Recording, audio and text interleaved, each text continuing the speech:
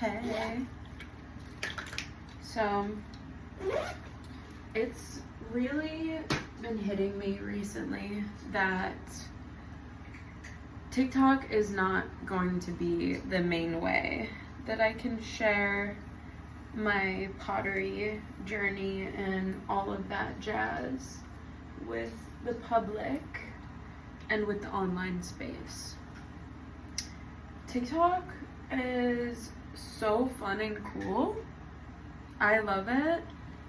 I love that you can like build community and that you can see what other people are up to. I love seeing tips from other potters. I love seeing the journey that people are on.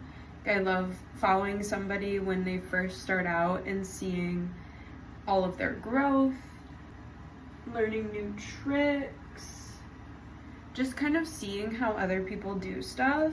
I always really love that part of TikTok. But I think the goal for a lot of artists is that your work will be seen by new people and you'll start getting like kind of an audience of customers that want to buy your stuff and like feel connected to you and your stuff. But the process of pottery is so long. So it's hard to make like 15-second videos that are really conveying the whole process. It just feels like YouTube might be the better space. I have no idea how YouTube works. I barely have any idea how TikTok works, like algorithm-wise and all of that bullshit. But I would so much, like I would actually enjoy making these YouTube videos versus trying to like fit a whole process into something that's like TikTok algorithm worthy. So we're gonna chat, I'm gonna do my makeup, and I'm gonna show you kind of like what's up, where I am today. I am currently watching my friend's cats, and my friend lives in St. Pete, so that is where the clay studio is. I do not live in St. Pete, so I'm taking advantage of the fact that I'm here in the morning times right now, and this has been my daily schedule. I'm waking up, I'm putting clothes on my body if I'm not already wearing something that I wanna just wear. I have been wearing my pajamas a lot throughout the day. I just have a hard time wanting to get like super jazzed up to go to the studio because I'm just gonna get dirty. Shout out to my best friend for this fan. I love it.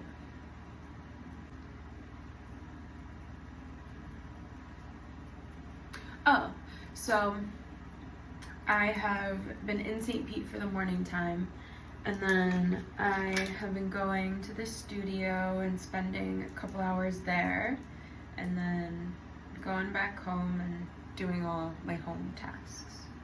The whole point of this is, and I don't know if I finished my thought, so I'm gonna have to circle back. But the whole point is that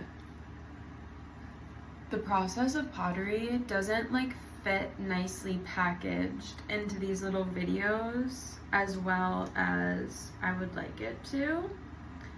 And you have to have like you have to be like a really organized person to record every part of the process and then execute that later into a little video. I'm just not organized like that. So I just think this will be easier for me, and maybe more enjoyable to watch because you can actually understand the full picture.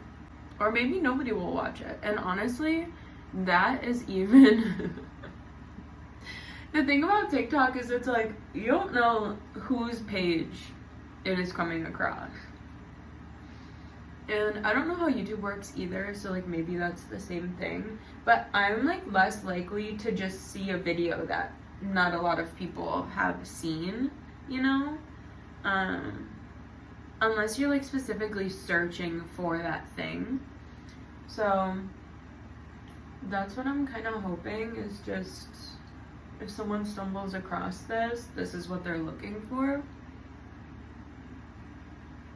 And if nobody stumbles across this, I have a really nice like video journal of all the stuff that I'm doing, and that would be really nice for me to look back on. Recently, I've been working on some new stuff.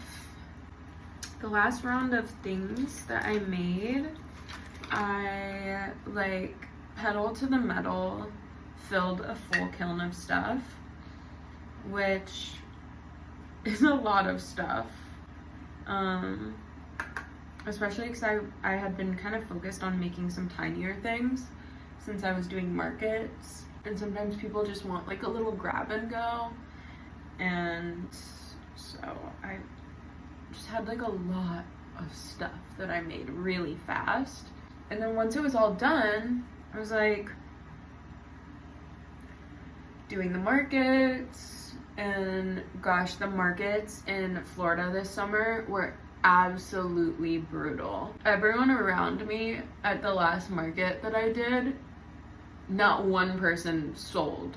Like, the only person that sold anything was the cookie guy. And the cookie guy, okay, you're gonna see very quick.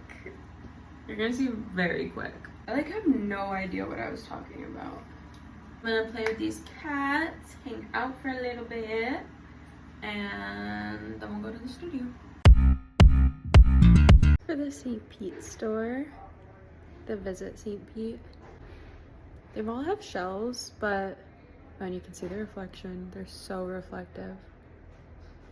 But they all have shells, but they kind of got covered up by the glaze. One that looks really cute is the starfish. I should have done them all like that. I forgot that last time I waxed over the shell before glazing it so that it would be the clay body.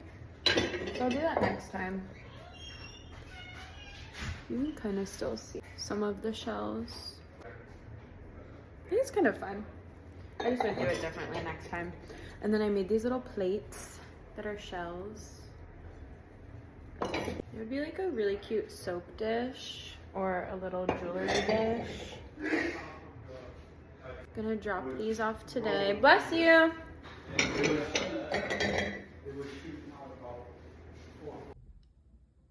So first of all, look how cute this mural is. And it's the old pier in St. Pete and one of the banyan trees.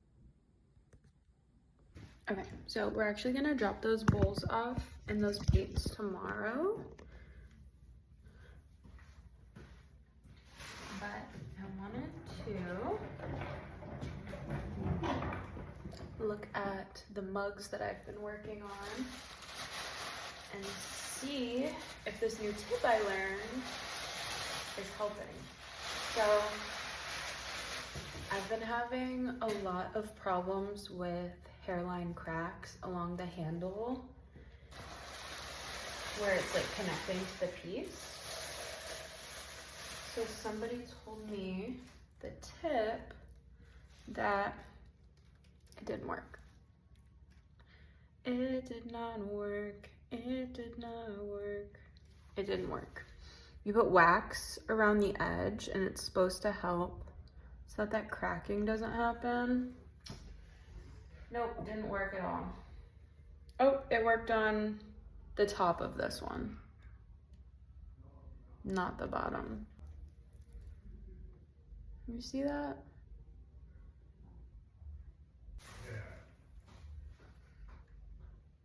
Damn. Okay, well, didn't work. Okay. Things are drying really strangely because it's summer. So that's why all of the handles cracked off. Everything's drying at a different rate. And I also did throw these mugs like multiple days ago. I had them all covered up, but didn't really help. Anyways, I took this like wooden stick and I just kind of like smoothed down where the crack was.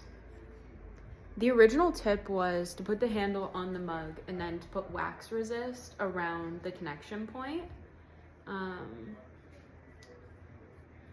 so that it kind of slows down the drying process. But I think my mugs, like the base was too dry. I tried to dry out the handles too, but it just didn't work.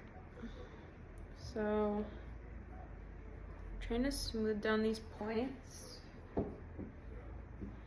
but some like smooth it down like that, and then I'll take a green scrubby and scrub in those areas.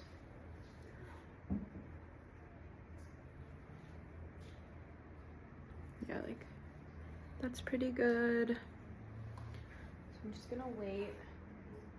I almost think I should wax resist it again. I'm gonna use the green scrubby and then I will wax resist again. So I'm just gonna brush some of this wax on here and see if this helps.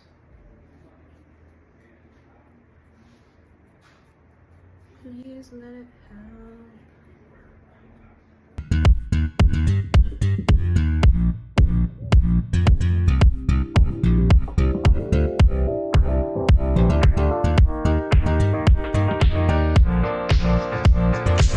Them back up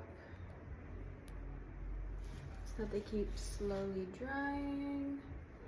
Okay, now we need to go drop off a package. Dun, dun, dun.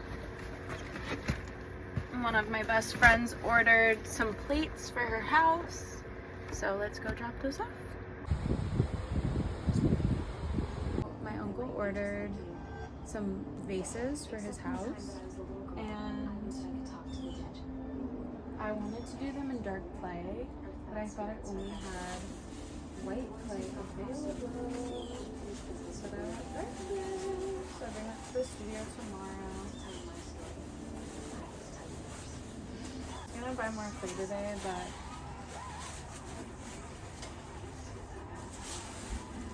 I just kind of want to use what I have. I don't want to buy anything more right now. So I need to get some stuff in process. So this gives me some time. And I think I have a dark clay.